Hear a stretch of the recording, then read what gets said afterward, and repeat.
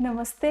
आज हम अगला टॉपिक करने वाले हैं असिस्टेंट प्रोफेसर या आप कोई भी एग्जाम दो, शिक्षक भर्ती का दो, आरएस का दो, एसआई का दो, लेकिन जिनके अभी असिस्टेंट प्रोफेसर का एग्जाम है उनके लिए तो बहुत फोकस है। और आपके एग्जाम में लिखा हुआ है सिंचाई और कृषि, और सिंचाई की विशेषताएं लिखी हुई है जो किसके अंतर्गत आता है, जल संसाधन और सिंचाई के अंतर्गत आता है। ठीक है, तो अभी तक हमने जो कृषि के टॉपिक जो छोटे छोटे लगते थे उनका बेस पढ़ा, उनका इकोनॉमिक सर्वे से पढ़ा और उनका इकोनॉमिक सर्वे के हिसाब से क्वेश्चन किया। आज हम आगे बढ़ रहे हैं। देखो, कृषि में पानी के बिना कुछ नहीं हो सकता ना। जैसे हम गाना गाते हैं ना, कि सॉरी पोयम गाते हैं, कविता गाते हैं कि मछली जल की रानी है, जीवन उसका पानी है, हाथ लगाओ तो डर जाएगी, बाहर निकालो मर जाएगी। बिल्कुल वैसे ही आप ये समझिए कि कृषि भी उसी की तरह है कि अगर बिन पानी सब सून है, कृषि में बिना पानी के कुछ कर नहीं सकते। और अगर आपको जहाँ पानी नहीं है वहां कृषि करनी है तो आपको क्या करना पड़ेगा, सिंचाई करना पड़ेगा। सिंपल। तो चूंकि कृषि हमारे अर्थव्यवस्था का प्राथमिक क्षेत्र है और उसमें पानी की अथाह आवश्यकता है, और जहाँ नहीं है वहां कृषि करनी है तो आपको पानी पिलाना पड़ेगा, तो आपको क्या करना पड़ेगा, सिंचाई करना पड़ेगा। तो आज का टॉपिक हमारे लिए बहुत ज्यादा इंपॉर्टेंट है, क्योंकि राजस्थान तो वैसे भी क्या माना जाता है, सूखा क्षेत्र माना जाता है। अब देखो, सारा राजस्थान तो सूखा नहीं है, 60% राजस्थान क्या है, सूखा है। बाकी में उनसे कम कठिन परिस्थितियां हैं। ठीक, तो चले आगे, चलो। हाँ, तो आज हम जो पहला पढ़ने वाले हैं वो कौन सा पढ़ने वाले हैं, नर्मदा नहर प्रोजेक्ट। कौन सा प्रोजेक्ट पहले पढ़ने वाले हैं, नर्मदा। देखो, मैं आज आपको एक चीज छोटी सी सिखाती हूँ। वो छोटी चीज क्या सिखा रही हूँ मैं आपको, कि देखो हमारे पास पानी नहीं है, अब हमें पानी क्या करना पड़ेगा, अरेंज करना पड़ेगा। राजस्थान का क्या कंडीशन है वो देखो, कि राजस्थान के पास पानी मौजूद नहीं है। किस चीज की कमी है, हमारे पास पानी का कमी है। अब पानी की कमी को हमें क्या करना पड़ेगा, पूरा करना पड़ेगा। क्या करना पड़ेगा, पूरा। क्यों पूरा करना पड़ेगा, क्योंकि हमारे अर्थव्यवस्था का एक सबसे बड़ा क्षेत्र, प्राथमिक क्षेत्र कृषि को किसका जरूरत है, पानी का जरूरत है। किसका जरूरत है, पानी का जरूरत है। अब आपको किसी चीज को, किसी कमी को पूरा करना है, तो पूरा करते वक्त आप गुंडा बनोगे या विनम्र बनोगे, गुंडा बनोगे या विनम्र, है ना। एकदम आपको प्लीज बोलना पड़ेगा, है ना। आपको ऐसे हाथ जोड़ के बोलना पड़ेगा, प्लीज ये दे दो, प्लीज वो दे दो। कभी देखा है क्या, भिखारी बहुत ऐसे गुंडागर्दी कहता है कि ओए पैसे नहीं दिए तो मैं तुम्हारा गर्दन काट दूंगा, नहीं कहता ना। वो क्या कहता है, प्लीज मुझको क्या दे दो, पैसा दे दो, मेरे पास पैसा नहीं है ना। आपने 1000 बार सड़कों पर देखा होगा मांगने वाले लोगों को। तो वही चीज है कि राजस्थान के पास पानी है नहीं, पानी का कमी है। पानी का कमी उसे पूरा करना है, क्योंकि कृषि को बिना पानी के आप नहीं चला सकते। तो अब जब आपको कमी को पूरा करना है ना, तो पहले तो आपको विनम्र बनना पड़ेगा, और विनम्र बनकर अपने पड़ोसी से पानी मांगना पड़ेगा। अपने पड़ोसी से क्या मांगना पड़ेगा, पानी। आप लोगों के घर में आपने कभी महसूस किया होगा, मान लो मेहमान आने वाले हैं और घर में चीनी खत्म हो गया, है ना, और अभी इस वक्त आप दौड़ के बाजार जाके ला नहीं सकते हो, तब आप क्या करते हो, पड़ोसी का नॉक नॉक करते हो, बोलते प्लीज यार थोड़ा सा चीनी दे दो ना, अभी मेहमान आए हुए हैं, अभी इसी वक्त खत्म हुआ, गलती बस याद नहीं रहा। तो आप अपना काम सही कर लेते हो ना। तो वैसे ही ऐसे समझो कि राजस्थान का पानी का हालत में थोड़ा तंगी है, कमी है पानी में। तो पानी का कमी को दूर करना करेगा तो हाथ जोड़ेगा, और हाथ जोड़ के अदर स्टेट को कहेगा प्लीज थोड़ा सा दे दो, मेरी क्या हो जाए, कृषि हो जाए। तो उसमें हम सबसे पहला प्रोजेक्ट कौन सा पढ़ रहे हैं, पहला पढ़ रहे हैं हम नर्मदा नहर परियोजना।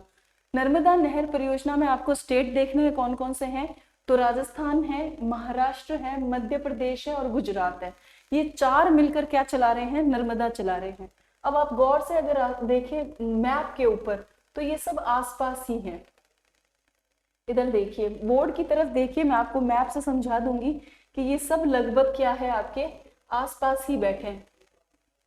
ये देखो, फिर यहाँ से आपके पास एमपी शुरू होता है, फिर यहाँ पे क्या है, तो देखो ये गुजरात है, ये आपका राजस्थान है, ये आपका एमपी है, और ये आपका महाराष्ट्र है। इन चारों के अंदर जो चलेगी वो कौन सी होगी, नर्मदा नहर। मतलब चार लोगों ने बैठकर हिसाब किताब तय करना है कि किसको कितना पानी मिलेगा। क्लियर। अब देखो राजस्थान का हिस्सा, अब चार लोग बैठे हैं, चारों लोगों की कैसी परियोजना है, संयुक्त, तो सबका क्या फिक्स होगा, हिस्सा। चूंकि राजस्थान जो है वो इन सबसे बहुत दूर है और नदी जा भी नहीं रही है, तो ये राजस्थान को कहेंगे कि देखो हम तुमको सिर्फ कितना देंगे, 0.50 MAF। अब देखो ऐसे लिखना, 50, उसके पीछे पॉइंट लगा के 0 लगा देना। तो 0.50 MAF याद रखना है आपको, डाटा है, ज्यादा घोटना भी नहीं है, रटना भी नहीं है, बस आराम से देखना है कि 0.50 MAF है और 0.50 MAF ही राजस्थान को पानी मिल रहा है मिलियन एकड़ फुट। MAF को क्या कहोगे? मिलियन एकड़ फुट। तो 0.50 मिलियन एकड़ फुट आपको राजस्थान में कहां से मिल रहा है?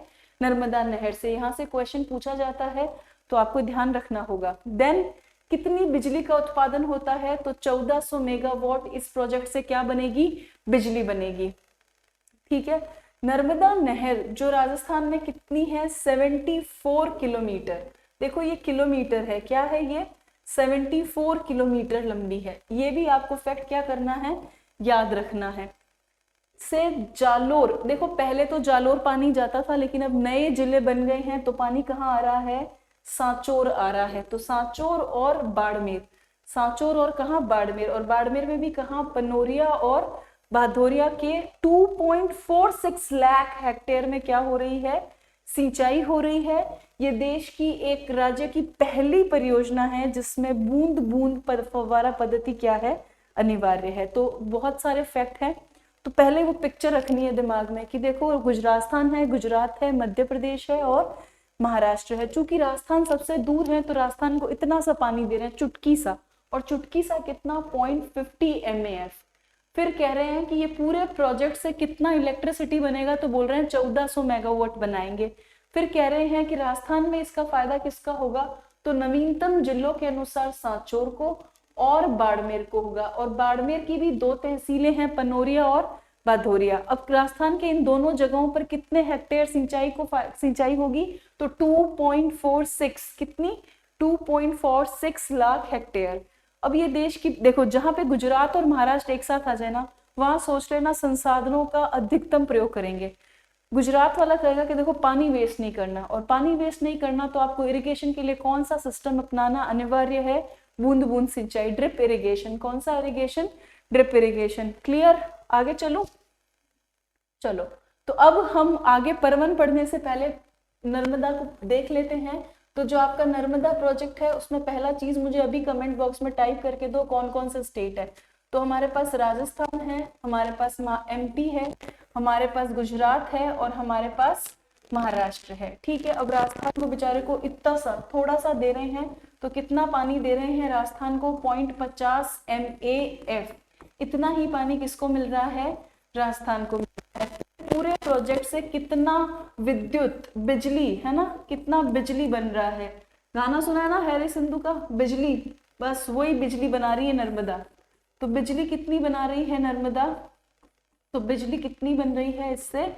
आपको याद रखना है 1400 मेगावाट। क्लियर?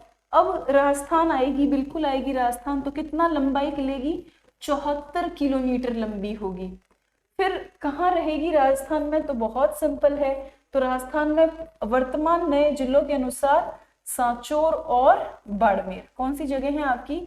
सांचौर और बाड़मेर। और सांचौर और बाड़मेर में कितने लाख भूमि को ये सिंचाई प्रदान करेगी? तो यही लिखो 2.46। देखो इस डाटा को याद करना बहुत आसान है, 2 और 4 को ऐड कर दो, कितना आता है? 6। तो 2.46 लाख हेक्टेयर, इतना हेक्टेयर भूमि को ये क्या दे देगी? सिंचाई कर देगी, पानी दे देगी। क्लियर? फिर आपने क्या याद करना था? फिर आपने ये याद करना था कि इस नर्मदा में एक अनिवार्यता है, और वो किसकी है? बूंद बूंद सिंचाई की। कि भाई पानी इतना सा भी क्या नहीं होना चाहिए? वेस्ट नहीं होना चाहिए। तो क्लियर? कोई प्रॉब्लम नहीं? आगे बढ़ू, परवन प्रोजेक्ट पढ़ाऊं आपको। तो अब हम कौन सा प्रोजेक्ट पढ़ने जा रहे हैं? अब हम जो प्रोजेक्ट पढ़ने जा रहे हैं वो हमारा कौन सा है? परवन प्रोजेक्ट। ठीक। अब परवन जगह कहाँ है? तो आपके अक्कावद गांव में है। कौन से गांव में है? अक्कावद गांव। कहाँ है ये गांव? झालावाड़। ये सबको पता है, लगभग सब तैयारी करने वालों को पता है। परवन जो परियोजना है, चूंकि परवन नदी बहती कहाँ है? कोटा बारा झालावाड़। तो परवन परियोजना कहाँ मौजूद होगी? कोटा बारा झालावाड़ में। अब देखो एग्जामिनर को हमेशा परवन से ये क्वेश्चन पूछना होता है कि क्या बूंदी परवन परियोजना में शामिल है या नहीं है? क्या बूंदी परवन परियोजना में शामिल है या नहीं है, ये हमेशा उसको क्वेश्चन पूछना होता है। अब क्यों पूछना होता है, क्योंकि जब आप परवन को पढ़ते हो ना, तब आप सोचते हो कि अच्छा परवन हाड़ौती के पठार से बहती है, तो एक ऑप्शन मिलता है कोटा, बूंदी, बारा, झालावाड़, और एक ऑप्शन होता है कोटा, बारा, झालावाड़।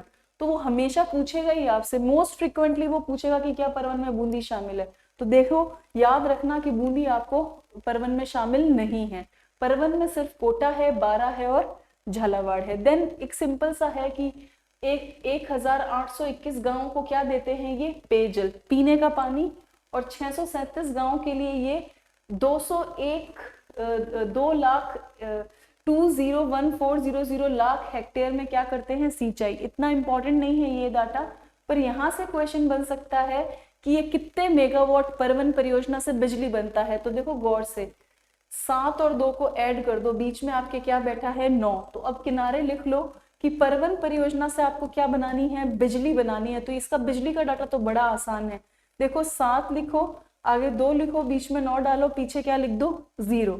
तो 2970 मेगावाट, इतनी बिजली किससे बन जाएगी आपके परवन को। अब परवन एक वाइल्ड लाइफ सेंचुरी को पानी देता है, वो भी क्वेश्चन पूछा जाता है। शेरगढ़ वाइल्ड लाइफ सेंचुरी जो है आपको, उसको भी पानी कौन दे रही है, परवन दे रही है। तो देखो परवन बहुत इजी है, परवन कह रही है कि मैं परवन जो है वो झालावाड़ अक्कावत गांव से शुरू हो रही है। वो कह रही है कि देखो मैं बूंदी नहीं जाऊंगी, मुझे बूंदी पसंद नहीं है यार। तो कोटा, बारा, झालावाड़ में इसका पूरा पेयजल के लिए पानी जाता है।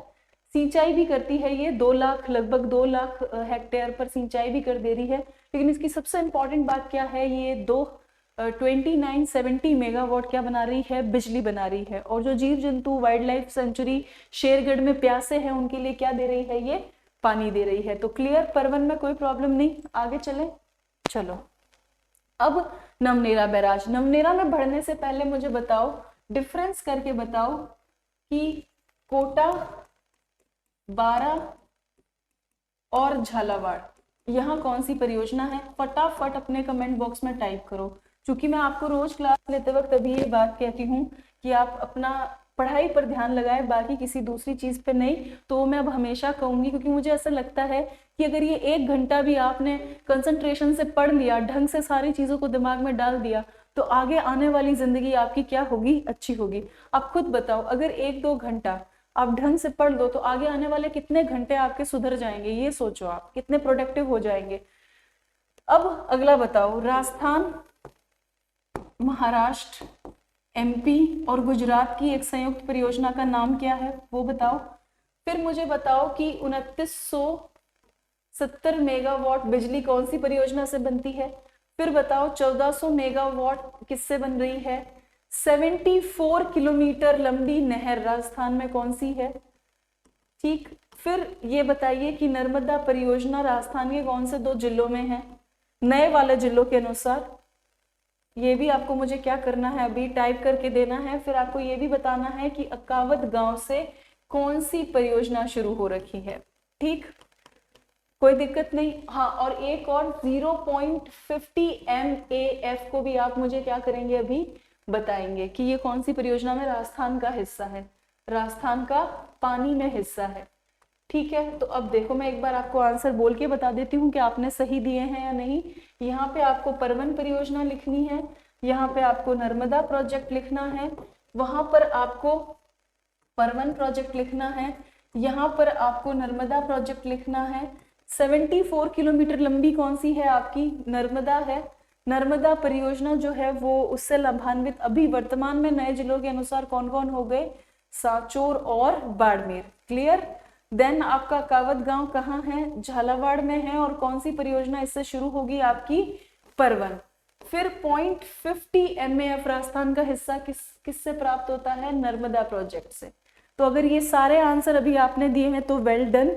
ऐसे ही आपको सब कुछ याद करना है, दिमाग में सेव करना है, और एग्जाम में क्या करके आ जाना है, सही आंसर करना है। अब बहुत इंपॉर्टेंट चीज, जो ERCP प्रोजेक्ट का सबसे बड़ा, लगभग सबसे बड़ा बांध है, दूसरा सबसे बड़ा बांध है नवनेरा बैराज। तो नवनेरा बैराज जो है वो कालीसिंध नदी पर है, ठीक, और कौन से जगह पर है, दिगोद गांव कोटा के अंदर है, सीधा आपको याद रखना, इसमें कोई वो ज्यादा बात नहीं।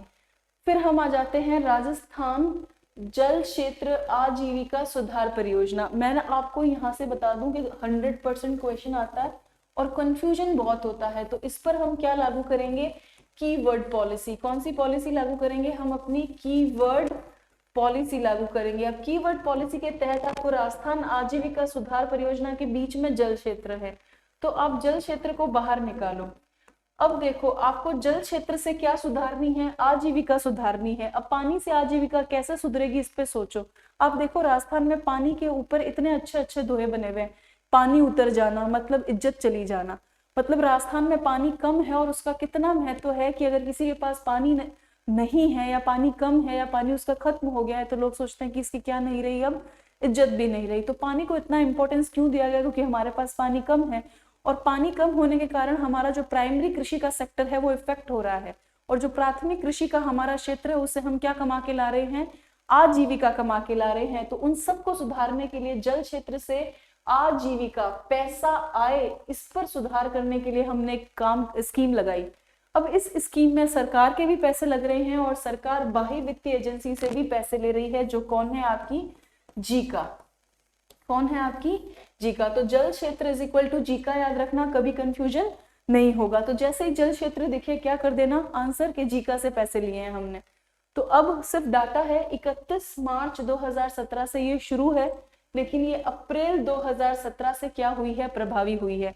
देखो एंडिंग ऑफ लास्ट वित्तीय दिन से शुरू हुई है और नए वित्तीय वर्ष से क्या करती है, इसको प्रभावी बना दिया है। तो आपको सिर्फ इतना याद रखना है कि जल क्षेत्र वाली कब से शुरू हो रही है, 2017 से। तो एक और पॉइंट बना के लिख लीजिए कॉपी के अंदर कि जल क्षेत्र इज इक्वल टू 2017। क्या लिख दीजिए, जल क्षेत्र इज इक्वल टू 2017 लिख दीजिए। फिर तीसरा पॉइंट बनाइए। अब इसमें कितने जिले शामिल है, कितनी परियोजनाएं शामिल है, तो देखो 27 जिले शामिल हैं। अब दिक्कत यह है कि नया डाटा आएगा तब पता चलेगा कि अब वर्तमान में कितने हैं। तो हम एक बार इसको क्या कर सकते हैं, ऐसे अधर में रख सकते हैं। 137 सिंचाई परियोजना का पुनर्वास और जीर्णोद्धार कब तक पूरा करना है, इसको 2025 तक। तो जहां पे आपने लिखा है ना कि जल क्षेत्र 2017 से कब तक रखनी है, इसको पूरी कब तक करनी है, 2025 तक इसको क्या कर देना है, पूरा। वित्त पोषण किससे हुआ है इसका, बहुत आसान, जीका से हुआ है। और कितने लाख हेक्टेयर के किसानों को लाभान्वित हो रहे हैं, लगभग 4 लाख। ये भी आप अगर 4 लाख का भी डाटा नहीं याद करो तो कोई नुकसान की बात नहीं है। जो सबसे ज्यादा याद रखना है वो ये याद रखना है कि जल क्षेत्र और जीका, जल क्षेत्र को 2017 से शुरू करो और 2025 में क्या कर दो, पूरा कर दो। तो क्लियर, आगे चलूं, चलो। हाँ, अब दूसरा क्वेश्चन, ये भी इंपॉर्टेंट है, यहाँ से भी बहुत क्वेश्चन आते हैं।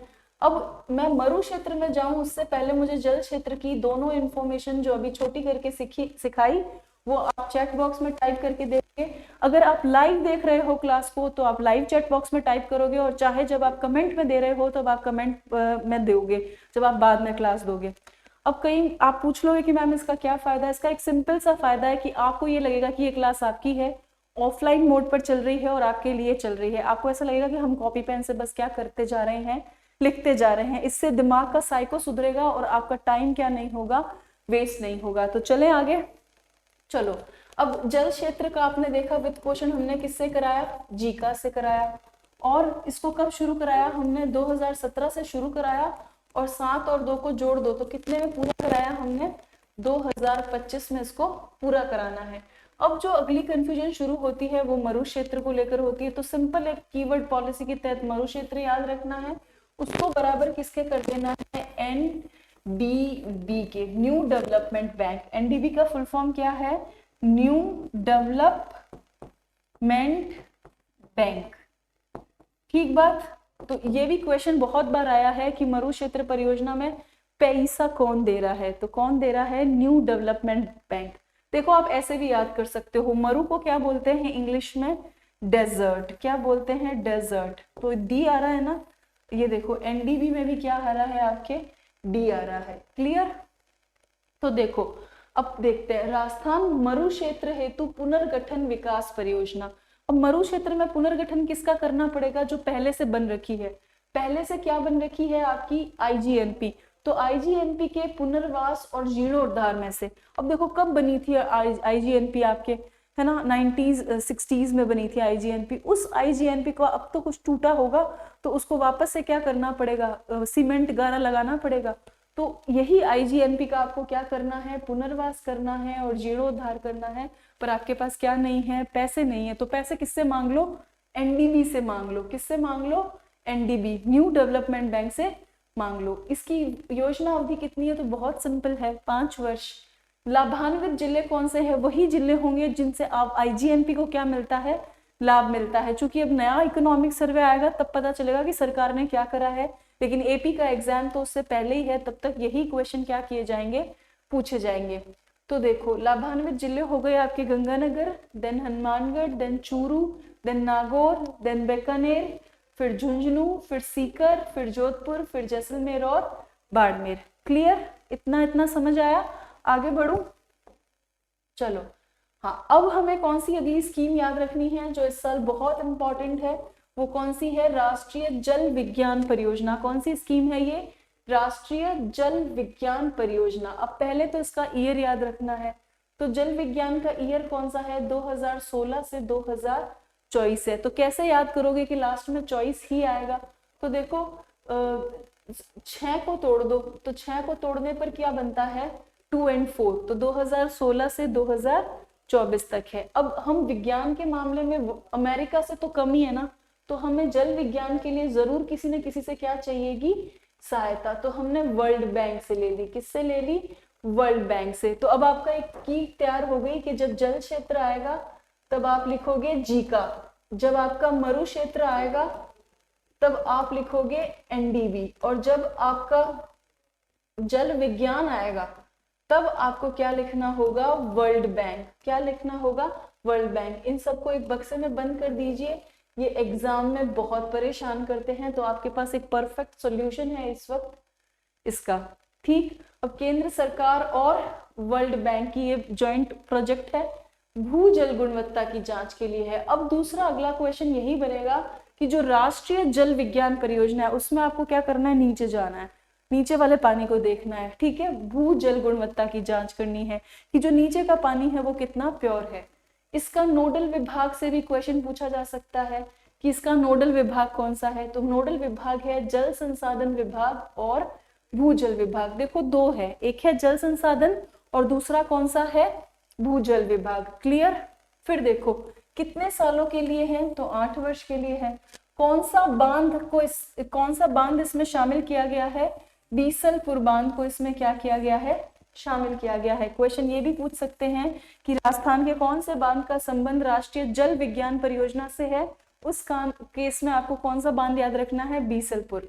अब इसका उद्देश्य क्या है, तो देखो बहुत सिंपल है, भूजल मापन संयंत्र लगाना जो अपने आप चले, फिर स्काडा प्रणाली लगाना, पानी के आंकड़े क्या करवा दो, ऑनलाइन उपलब्ध करा दो। आप खुद सोचो, अगर आपके पास भूजल का परफेक्ट डाटा है तो आपको पता चल जाएगा कि पानी में कितनी गड़बड़ी है और पानी के गड़बड़ी से कितनी बीमारियां फैलती है। दूसरा, अगर आपके पास पानी की कमी है तो आपको हर वक्त पता होना चाहिए ना कि हमें किस चीज का कमी है।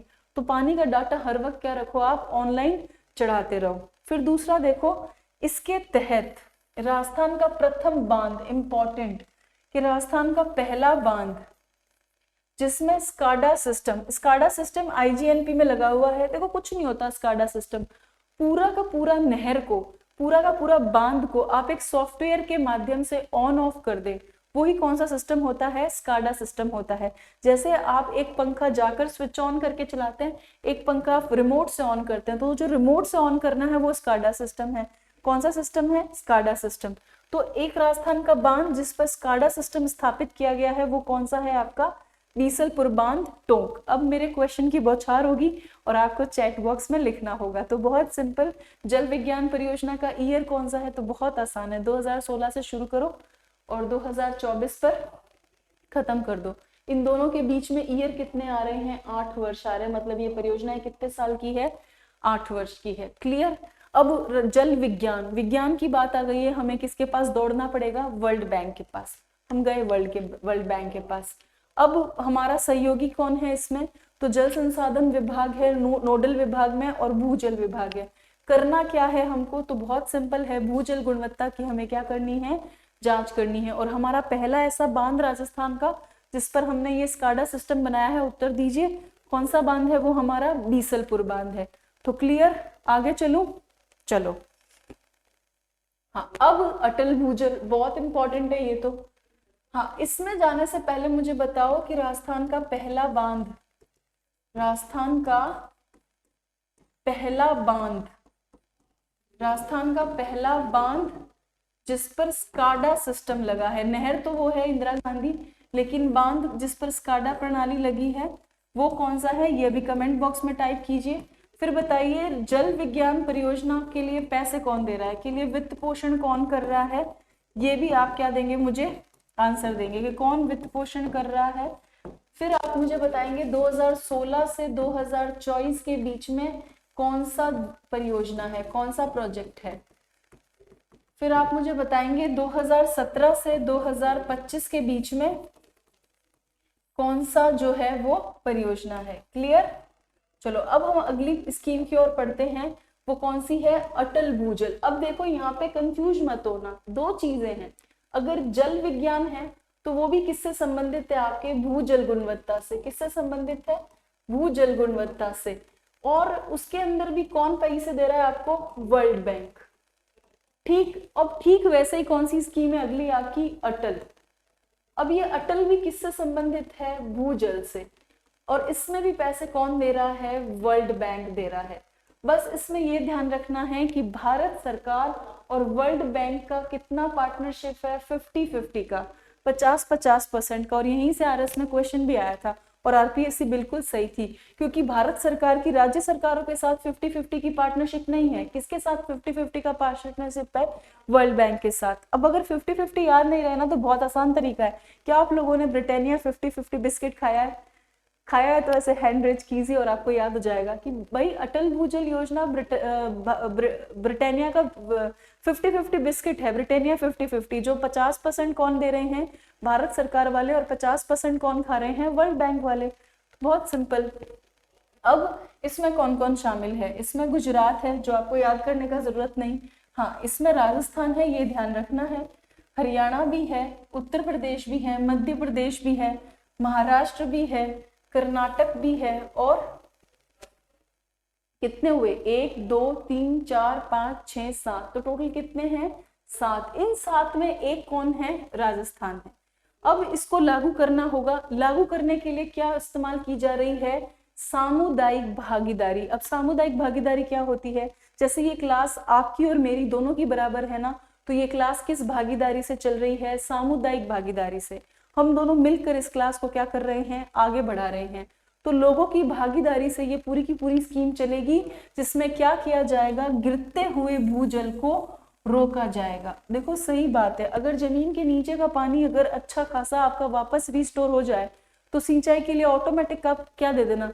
पानी दे देना, अपने आप से क्या दे देना? पानी दे देना। तो अटल भूजल योजना देखो, अटल कि आपको टालना नहीं है। किसको टालना नहीं है? भूजल को आपको टालना नहीं है, उसको बराबर क्या करना है? वापस से बढ़ाना है। तो गिरते हुए भूजल स्थल को रोकना है और पानी के प्रति क्या रहना है? संवेदनशील। अब पानी के प्रति संवेदनशील का मतलब ऐसे नहीं कि आप राजस्थान जैसी जगह पे आप शावर से नहा रहे हो, जहाँ एक बूंद पानी की भी क्या है? इतनी कीमत है, वहां आप फव्वारा चला के शावर से क्या कर रहे हो? नहा रहे हो। नहीं नहीं, पानी के प्रति आपको क्या रखनी है? संवेदनशीलता रखनी है। तो क्लियर? अटल भूजल योजना तो बहुत सिंपल है, गौर से सुनो कि देखो भाई अप्रैल फूल बना लेना अटल जी को, ठीक है। फिर 50-50 का ब्रिटानिया बिस्किट खा लेना, है ना। 50% भारत सरकार, 50% वर्ल्ड बैंक। सिंपल। 7 राज्यों में शुरू कर देना, जिसमें से एक राजस्थान है। और करना कुछ नहीं है, लोगों की भागीदारी से ये आगे बढ़ेगी। और इसमें करना क्या है कि गिरते हुए भूजल को आपको क्या करना है? ऊपर लाना है। और एक बहुत महत्वपूर्ण बात कि आपको पानी के प्रति क्या रहना है? संवेदनशील। ऐसा नहीं कि आप भरे राजस्थान के अंदर जहाँ पानी का इतना कमी है, वो आपने ऐड देखा होगा, शावर से नहा रहे हो आप, दूसरी तरफ लोग जो औरतें हैं वो पानी के घड़े लेकर आगे से निकल रही हैं आपके। वैसा नहीं, हर एक पानी की बूंद की कीमत है और यही पानी के प्रति क्या है? संवेदनशील होना है। क्लियर? तो आगे चले। अच्छा, अब आज की क्लास क्या हो गई? कंप्लीट हो गई। तो जल संसाधन और कृषि करा दिया मैंने आपको। और ये अगर आपको एपी के एग्जाम के लिए ये सारा वीडियोस और ये सारा टेस्ट पेपर चाहिए तो आपको हिंदी पॉइंट एप्लीकेशन पर जाना पड़ेगा।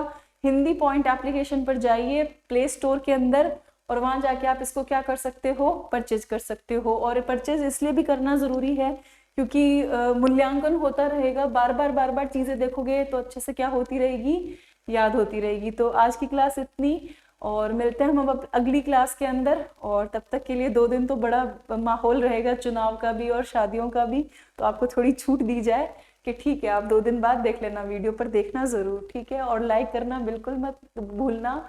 बाय।